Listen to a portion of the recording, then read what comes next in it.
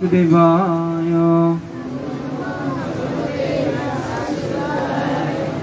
RAB আমার সাথে একটা শ্লোক বলবে কেমন?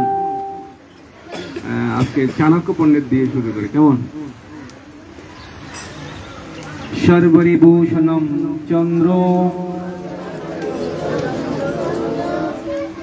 নরিণম ভূষণম প্রতিহ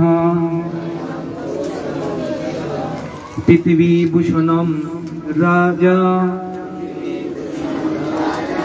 বিদ্যা সর্বৈশ্বভূষণম। তো এই শ্লোকে চাণক্য পণ্ডিত বলছে, অনেকবার তো তোমরা সবাই স্টুডেন্ট, এই জন্য চাণক্য পণ্ডিত কি বলছে দেখো, সর্বরিভূষণম চন্দ্র। সর্বরি মানে হচ্ছে রাতের অন্ধকারের আকাশ, অলংকার হচ্ছে রাতের অন্ধকারের আকাশের অলংকার হচ্ছে চাঁদ। নারীরাম ভূষণম পতি, আর নারীদের ভূষণ হচ্ছে পতি, স্বামী, যদি ভালো স্বামী।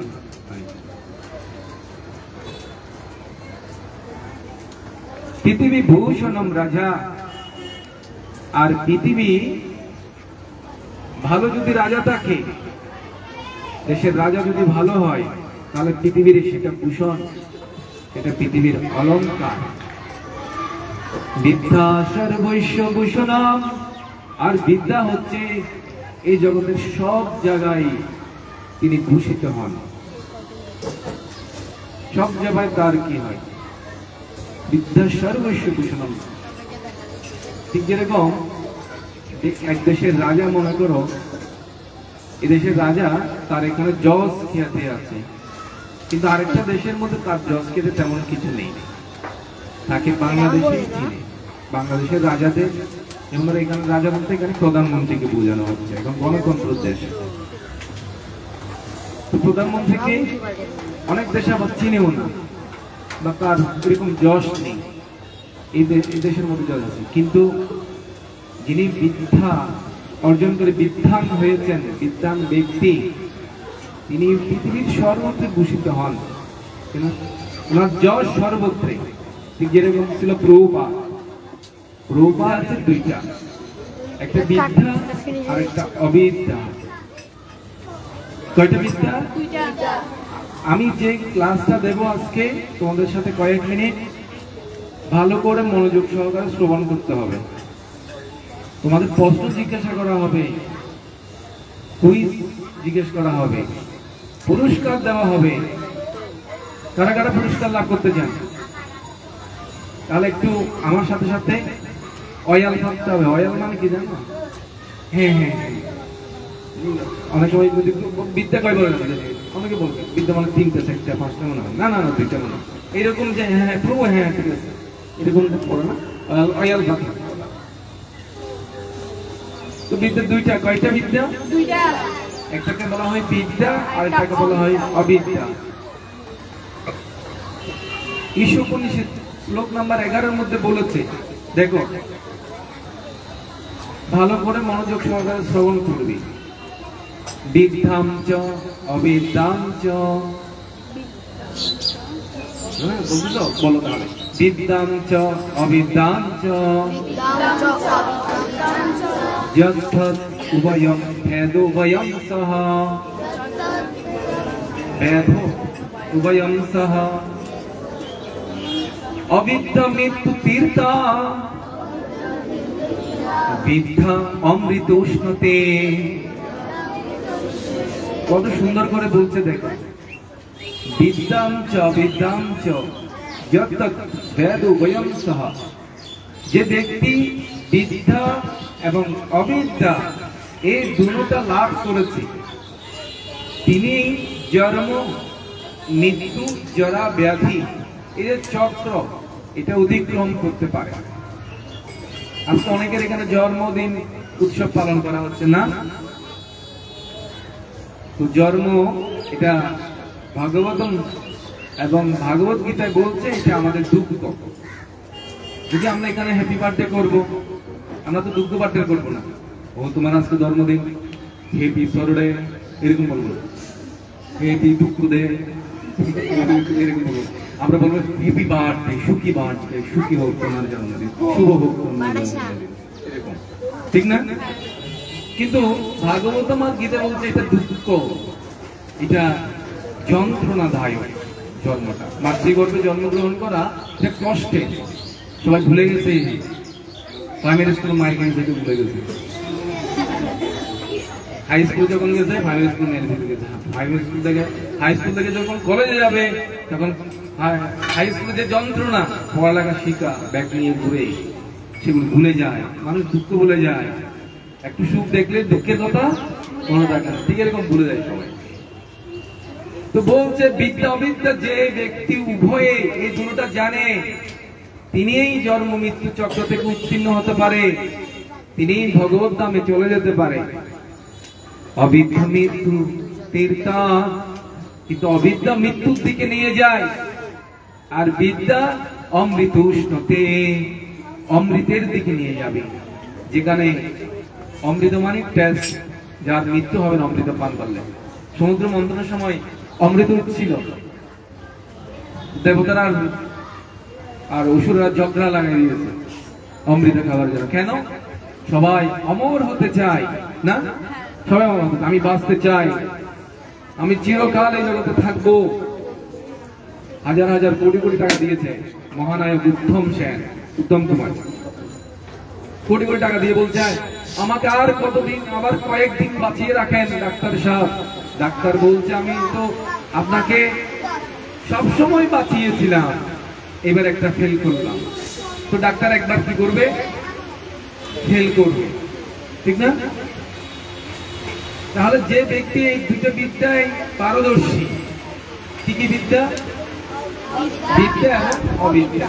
এখন আমরা তো কাকে বলে এটা বলিনি, বিদ্যা কাকে বলে আর অবিদ্যা কাকে বলে। বিদ্যা হলো এই যে আধ্যাত্মিক জ্ঞান, এখানে যে গীতা ভাগবতের জ্ঞান তোমরা শিখছো না, এখানে এসে শিখতেছো না, তোমরা যে শিখছো সেটা হচ্ছে বিদ্যা বা আধ্যাত্মিক জ্ঞান। আর অবিদ্যা কোনটা? আমরা যে স্কুল কলেজে পড়ি, আমরা যে স্কুল কলেজে পড়ি, যেটা স্কুল কলেজে শিক্ষা প্রদান করছে, প্রাইমারি থেকে মাস্টার অবধি একদম স্নাতকোত্তর, এই সবগুলো হচ্ছে অবিদ্যা। অবিদ্যার সাগর, অবিদ্যার সাগরের মতো নলেজ, বিশাল বিদ্যা আমরা অর্জন করছি। কিন্তু এটা অবিদ্যা, এটা মৃত্যুর বিদ্যা, মৃত্যুর দিকে নিয়ে যাবে। আমাদের জন্ম আর মৃত্যু হবে, পাখি বাবা পাখিমা, গরু বাবা গরু মা, ছাগি বাবা ছাগল মা, এভাবে বিভিন্ন জড়িতে আমরা বিকম করাছি না, ভুলে গেছি। মানুষ তো ভুলে যায়, আরে জন্ম হয়েছে এগুলো ভুলে গেছে না, এই জন্য মনুষ্য জন্ম পেয়েছে, মনুষ্য জন্ম আমরা পেয়েছি, অত্যন্ত দুর্লভ এটা। এই জন্য বলছে যে আধ্যাত্মিক বিদ্যা এবং জড়জাগতিক বিদ্যা দুটোটা জানে, লেখাপড়াও শিখতে হবে, আবার আধ্যাত্মিক চর্চাও করতে হবে, প্র্যাকটিস করতে হবে, তিনি জন্ম মৃত্যুর চক্র থেকে উত্তীর্ণ হতে পারে। একবার একটা গল্প বলি তোমাদের। আমাদের এই জগতের শিক্ষা ব্যবস্থা খুবই দুরূহ অবস্থা। একটা শিক্ষামন্ত্রী তিনি পার্বত্য এলাকাগুলিতে ভিজিট করতে গেছেন। এই শুনো, গল্প থেকে কিন্তু প্রশ্ন আছে, কুইজ আছে, ঠিক আছে? উনি ঘুরতে গেছেন ওখানে, তো ঘুরতে গিয়ে দেখছেন স্কুলে স্যারের পড়াচ্ছেন, সায়েন্স পড়াচ্ছে, রামায়ণ পড়াচ্ছে, ধর্ম পড়াচ্ছে। তো মন্ত্রী ওখানে যদি কোনো ব্যতিক্রম থাকে, ওই কিন্তু স্কুল এবং টিচারদেরকে ক্যান্সেল করে দেয়, জানো তো? অনেক সময় মন্ত্রী আসে না, পরিদর্শক আছে, বড় বড় সিনিয়র যারা অফিসার আছে, ওরা পরিদর্শন করতে যায়। এখন গেল, যাওয়ার পর উনি দেখছে রামায়ণ পড়াচ্ছে। ও রামায়ণ পড়াচ্ছে, তাহলে তো একটা ছেলেদের থেকে কোয়েশন করে দেখবো। তো পিছনে যে বসেছে বলছে যে এখানে ধর্ম চর্চা হচ্ছে, ধর্ম বিষয়ে একটা প্রশ্ন করি। তো পিছনে একজন ছেলেকে বললো উঠো। ও যখন উঠতে বলছে, অনেক সময় পিছনে যারা বসে ভয় পেয়ে যায়। স্কুলের মধ্যে ওরা একটু উঠতে গেলে সমস্যা হয়ে যায়, ভয় দিকে পায়। এদিকে তাকায় এদিকে তাকায়। তো সব দিকে তাকিয়ে বলছে, স্যার আমাকে বলছেন? আরে হ্যাঁ হ্যাঁ তোমাকে বলছি, উঠো আর বলো। তোমরা উঠতে হবে না, তোমরা বলে থাকো। হরধনুষ কে ভেঙেছে? ও বলছে, স্যার আমি ভাঙি নাই, আমি তো 10 দিন পরে স্কুলে আসলাম। স্যার জিজ্ঞেস করেন, আমার কথা যদি বিশ্বাস না করেন আমার পাশের বেঞ্চে বসছে, এই বলো রুবেল তুমি বলো। রুবেল বলছে, স্যার ও 10 দিন পরে, দেখেন আমার খাতা, আমাদের অ্যাটেন্ডেন্সের কথা দেখেন, ওখানে অ্যাবসেন্ট আছে 10 দিন, আমি আসি নাই। তো স্যারকে জিজ্ঞেস করছে, যিনি ভিজিটর উনি জিজ্ঞেস করছে কি বলে, স্যার স্টুডেন্ট কি বলে, হরধনুষ কে ভেঙেছে জিজ্ঞেস করছে। ও বলছে ও ভাঙে নাই।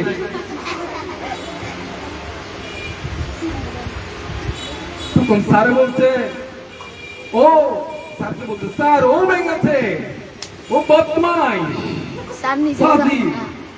এখানে দেখেন সবসময় ভাগাভাগি করে, এখানে আসলে সে ভাগাভাগি করে, ওই ভেঙেছে, ওর রেকর্ড আছে পিছনে। তো স্যারে বলছে ও ভেঙেছে, আর স্টুডেন্ট কি বলছে, আমি ভাঙি নাই। আমি ভাঙিনি। এরপরে তার যে ভিজিটর আসছে ওর মাথা তো শেষ, মাই গড। স্যারে বলছে ও ভেঙেছে, স্টুডেন্ট বলছে আমি ভাঙি নাই। এখন হেড টিচারের কাছে গেছে, তো হেড টিচারকে জিজ্ঞেস করছে, আমি তো আপনার স্কুলের অবস্থা বুঝতে পারছি না, আমি একটা প্রশ্ন করলাম হরধনুষ কে ভেঙেছে, স্টুডেন্ট বলছে আমি ভাঙি নাই, আর টিচার বলছে ওই ভেঙেছে। এখন কি করা যায়? তো স্যার কি হয়েছে? টিচার বলছে, হ্যাঁ স্যার কি হয়েছে? ও হরধনু, আর ব্যাপারটা এখানেই চাপা দিয়ে দেন, এখানেই চাপা দিয়ে দেন, ওটা নিয়ে বেশি বাড়াবাড়ি করিয়েন না, এখানে সবসময় ভাঙাভাঙি দেখেন না, এখানে সবসময় ভাঙাভাঙি হয়, সব ছেলেগুলো বদমাইশ, কখন দেখি ভেঙে ফেলে হিসাব নেই, এখানেই চাপা দেন বেশি, এখানে বেশি বলিয়েন না এটা। তখন ও বলছে মাই গড কি অবস্থা খারাপ, পুরো এক টিচার বলছে এখানে চাপা দিতে ঘটনাটা। তখন তিনি বোর্ড মিটিং এ ডেকেছেন, আর বোর্ড মিটিং এ বিভিন্ন স্কুলের হেড টিচাররা এসেছিল ওখানে, সমস্ত হেড টিচারের উপস্থিত, আর তিনি টেনশন করছেন। তখন স্যাররা বলছে, হেড টিচার বলছে, স্যার মানে ভিজিটরকে বলছে, আপনি টেনশন করছেন কেন? আরে আমি একটা প্রশ্ন করেছি, স্টুডেন্টকে জিজ্ঞেস করলাম হরধনুষ কে ভেঙেছে, ও বলছে আমি ভাঙি নাই, টিচার বলছে ও ভেঙেছে। হেড টিচার বলছে ব্যাপারটা এখানেই চাপিয়ে দেন, চাপা দিয়ে রাখেন। তো এখন বোর্ডের যারা টিচার আছে ওরা বলছে সমস্যা নেই, আরে একটা হরধনু ভেঙেছে কি হয়েছে, আরেকটা বানিয়ে দেবো। বুঝতে পারলেন? এখন ঘটনাটা হলো কিরকম, আরেকটা নাকি বানিয়ে দেবে। এ হচ্ছে বর্তমান স্কুল কলেজের বা স্কুলের এই অবস্থা। বুঝতে পেরেছ? কারা কারা বুঝতে পেরেছ? এই জন্য ছিল প্রভুপাদ আমাদেরকে বলছে, এই মনুষ্য জীবনের একমাত্র উদ্দেশ্য হচ্ছে ঈশ্বরকে লাভ করা। এই জন্য আমাদের দুটাই পাশাপাশি দুটাই শিখতে হবে, একটা আধ্যাত্মিক আর একটা এই জলজাগতিক। কেন? আমাদের শরীরে দুটো অংশ আছে। কয়টা অংশ? একদম সায়েন্স, একদম বিজ্ঞান ভিত্তিক, কোনো কোনো জল্পনা কল্পনার বিষয় না, পুরোটাই সায়েন্স। কয়টা পার্ট আমাদের শরীরে? একটা হচ্ছে ম্যাটেরিয়াল বডি, মানে জড় শরীর। আরেকটা কি? আরেকটা কি শরীর? চিন্ময় আত্মা বা আধ্যাত্মিক শরীর আছে। আত্মা একজন ব্যক্তি, আধ্যাত্মিক শরীর আছে। তাহলে আত্মাকে রক্ষণাবেক্ষণ করার জন্য আধ্যাত্মিক জ্ঞান দরকার আছে কিনা? আর বডিটাকে যদি মেনটেন করতে চাই, রক্ষণাবেক্ষণ করতে চাই, কি দরকার? জড়জাগতিক লেখাপড়া দরকার। আমরা স্কুল কলেজে লেখাপড়া শিখে কি করবো? আমরা স্কুল কলেজে লেখাপড়া শিখে আমাদের একটা চাকরি হবে, আর চাকরি হলে টাকা ইনকাম হবে, টাকা ইনকাম করলে আমরা পরিবার, আমার সমাজ, তারপর আমি নিজেও ভালো চলতে পারবো, ঠিক না? তাহলে কয়টা বিদ্যার প্রয়োজন আমাদের? দুইটা। হ্যাঁ, একটা রেল রাস্তার দুইটা বিট বলা হয়, একটা রেলগাড়ির কয়টা বিট? দুইটা। দুটোটা দরকার আছে, স্পিরিচুয়াল নলেজ। এই জন্য ভগবত গীতায় বলছে না, ভূমি অপনল ভায়ু হনুমান বুদ্ধির অহংকার ভিন্ন প্রকৃতির সুদা। এই ভূমি, জল, অগ্নি, বায়ু, মন, বুদ্ধি, অহংকার, এটা 8টা উপাদান জড় প্রকৃতি। এটা দিয়ে আমাদের বডি তৈরি করে, শুধু আমাদের না, সমস্ত জীব, গাছপালা, জন্তু সবগুলো এইগুলোর শরীর এই 8টা উপাদান দিয়ে। কিন্তু পরের শ্লোকে ভগবান আরেকটা শ্লোকে বলছে, আরেকটা পার্ট, স্পিরিচুয়াল পার্টের কথা বলেছে, অপরায়ামিতা স্থানম প্রকৃতি বিদ্ধি মে পরাম জীবভূতা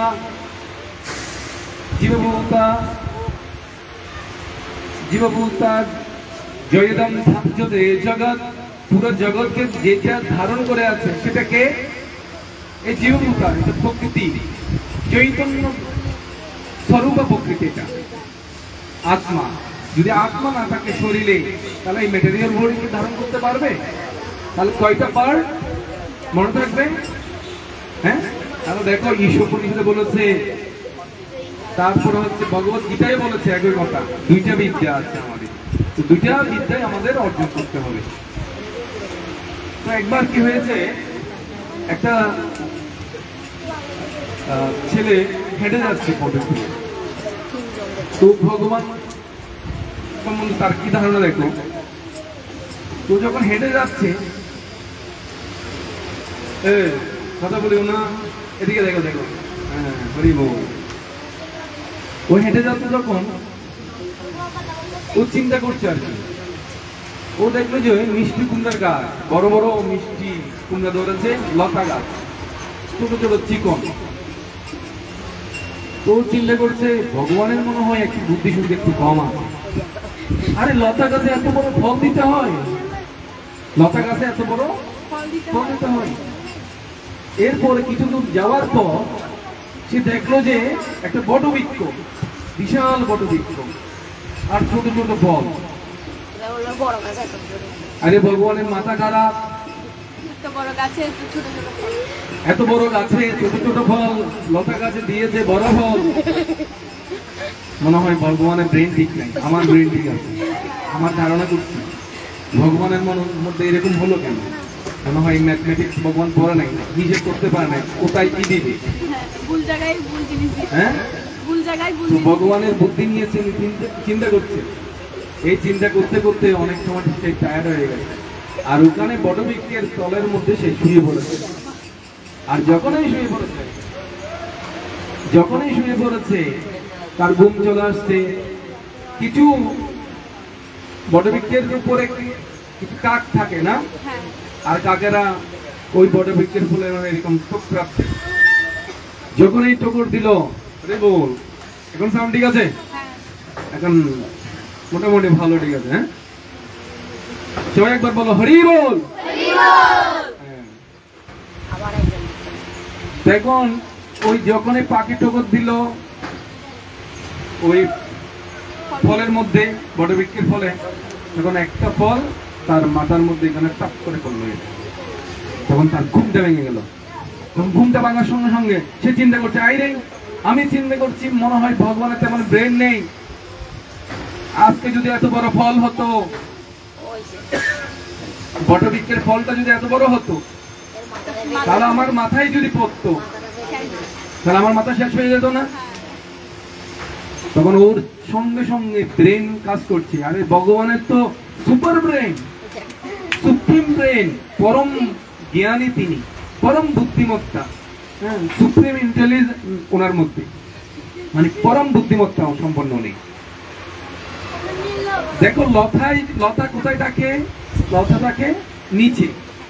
একটা যদি তুমি ছাউনি বানাই দাও, ওখানে সে বেয়ে বেয়ে বিভিন্ন ফলগুলো ধরবে না, বড় বড় ফল একদম, সাদের লাউ, এইটা হলো লতা গাছ, তারপরে মিষ্টি কুমড়া,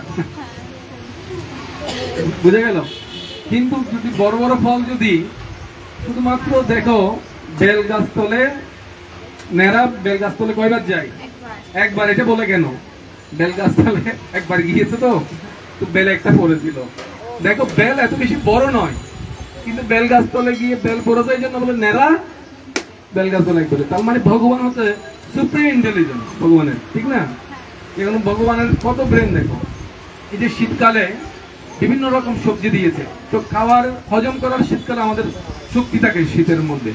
বিভিন্ন প্রকার সবজি, ফুলকপি বাঁধাকপি থেকে শুরু করে হ্যাঁ মূলা শাক, বিভিন্ন শাক সবজি এবং ফল দিয়েছে। আর যদি শীতকালে যদি তরমুজ দিত কেমন হতো? শীতকালে যদি তরমুজ দিত কে খেত? তরমুজ খেত কেউ? হ্যাঁ, কিন্তু গরমকালে দেখো আম, তরমুজ,